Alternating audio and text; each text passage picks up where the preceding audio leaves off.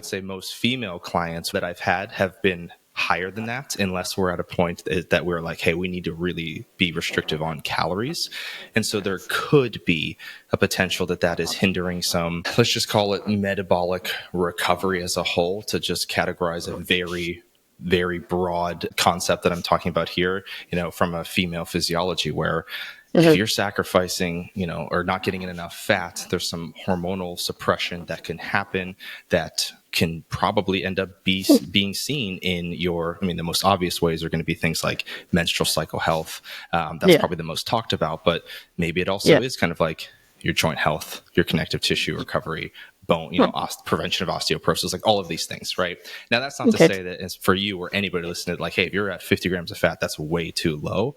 Yeah. But there's things to consider where, well, maybe if you do try and push calories up a little bit higher, maybe you see how you end up feeling in general. Maybe it also improves your sleep quality, your mental focus and clarity, your memory, if you're averaging 65, 70 grams of fat every single day, which isn't a, crazy additional amount, but consistently getting in that much more. If you're like borderline of where it's like a little bit too low, and then now you're above it into that like really safe threshold, you're in the green as opposed to in the yellow, maybe that's where a lot of these adaptations then can occur more productively.